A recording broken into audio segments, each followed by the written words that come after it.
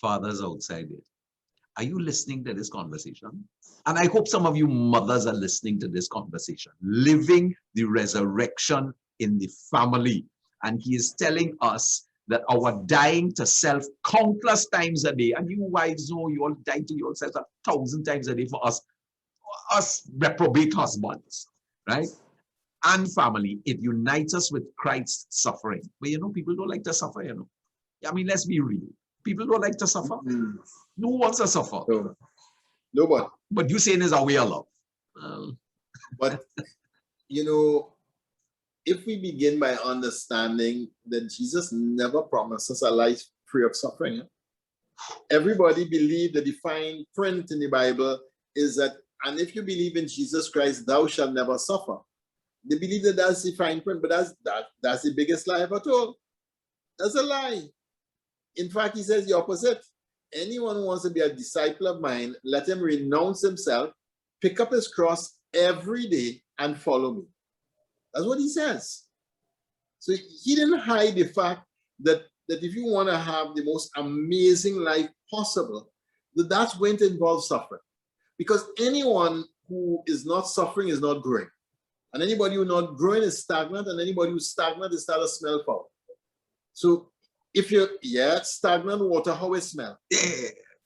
How does stagnant water smell? It don't smell good? It stinks. Right. So it is in this dynamism of the willingness to enter into the suffering as a holy moment that allows the growth and the development, that allows the dynamism of the movement that Christ is inviting to you 1,000 times a day. If you can hit that every time, you would be a saint. I was talking to somebody the other day and they say, gosh, I'm trying hard, but think about 3 or 4%. I ain't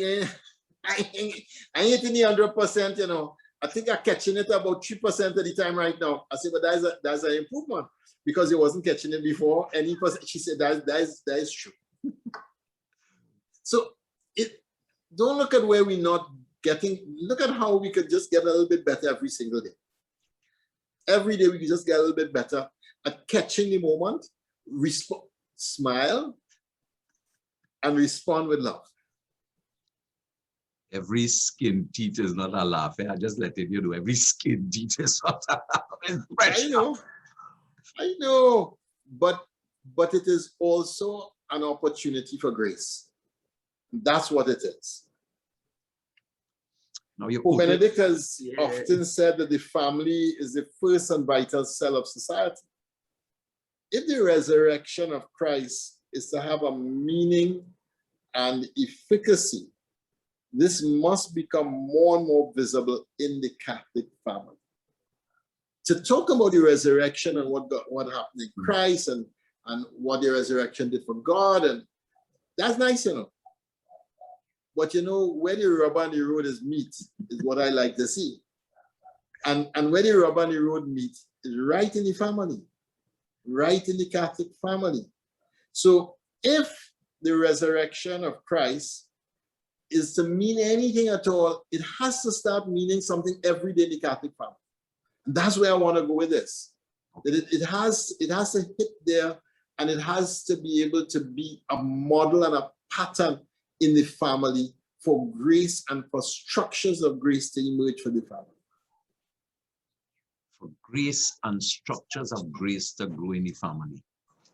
I listen to you. It must become more and more visible in the Catholic family, the resurrection of Christ. It has to have meaning. It has to have efficacy.